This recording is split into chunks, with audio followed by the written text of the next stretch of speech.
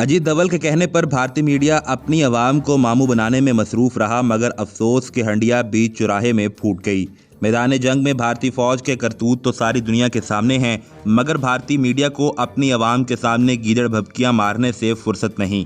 आलमी मीडिया के मुताबिक चीन और भारतीय फौज के दरमियान होने वाली हालिया झड़पों के नतीजे में 20 भारतीय फौजी जहन्नुम वासिल हो चुके हैं, जिस पर गैर मुल्की मुबस्सिरीन का सोचना ये है कि भारत चीन का मुकाबला कर ही नहीं सकता, क्योंकि चीन दिफाई एतबार से भारत को नाको चने चबवाने की अहलियत रखता है। मगर भारतीय वज़ीर आज़म के national security adviser Ajit Doval ने ठान ली है कि मैदान जंग में बेशक भारतीय फौज का नाच न जाने आंगन टेढ़ा वाला हिसाब हो, मगर अपनी आवाम के सामने इसकी खूब जय-जयकार की जाए। और इस मिशन मामू बनाओ में अजीत डोभाल का साथ देने मैदान में उतरा है अब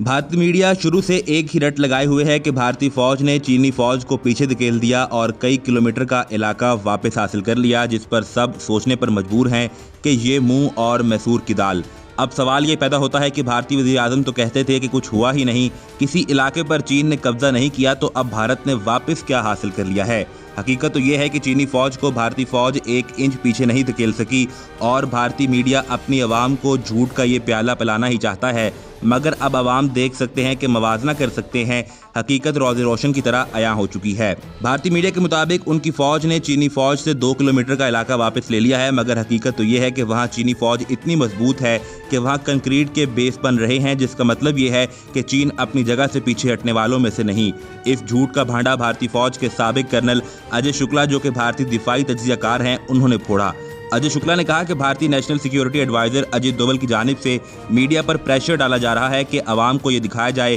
कि भारतीय फौज ने वादी गुलवान में ना जाने कौन सा तीर मार दिया है। अजय शुक्ला ने कहा कि अगर ऐसी कोई हकीकत हो तो आलमी सतह पर इस तरह होता कि जब कोई मुल्क इस किस्म का दावा करता है तो दूसरे मुल्क की जानिब से इसकी तस्दीक की जाती है, मगर इस मामले में चीन बिल्कुल खामोश है, जिसका मतलब है कि ये सब झूठ घड़कर दिखाया गया है ताकि किसी तरह से भारतीय फौज की साख बेहतर की जा सके।